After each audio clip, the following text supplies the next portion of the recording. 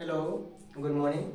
देखिए, कुछ chemical compound है और केमिकल फार्मूला है, ठीक है ना, जिसको मतलब मैक्सिमम दिया जाता है, जीके जीएस में भी देते हैं और जो भी एनसीईआरटी वगैरह है, अगर क्वेश्चन देता है ट्विस्ट करके तो उसका केमिकल नेम ना देकर उसका कॉमन नेम दे देता है। तो यहाँ कॉमन नेम दिया हुआ है, केमिकल कंपाउंड का कॉमन नेम है और उसका फॉर्मूला है, ठीक है।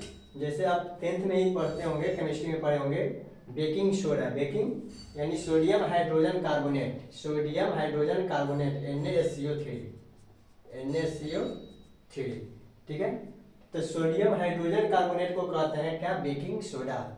उसी तरह से बॉक्साइट है जिसका केमिकल फार्मूला Al2O3 2H2O है, ठीक है। Blue vitriol CuSO4 5H2O, CuSO4 5H2O। Bone आश Ca3PO4 का होल 2, Ca3PO4 का होल 2। देखिए borax Na2B4O7 10H2O, Na2B4O7 10H2O।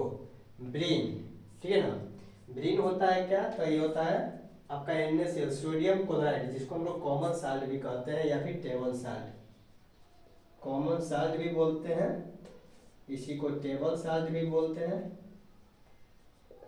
ठीक है।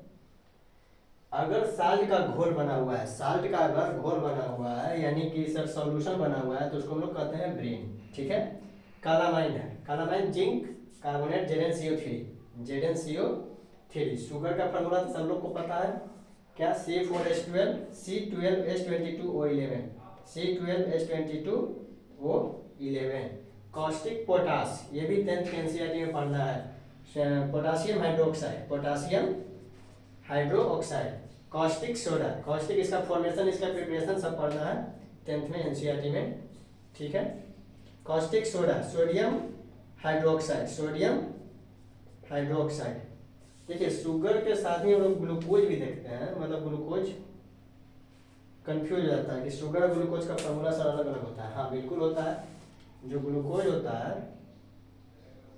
वो क्या होता है, C6H12O6, C6H12O6, ठीक है ना। तो ग्लूकोज अलग होता है, ग्लूकोज C6H12O6। शुगर जो होता है वो क्या होता है, C12H22O11, C12H22O11।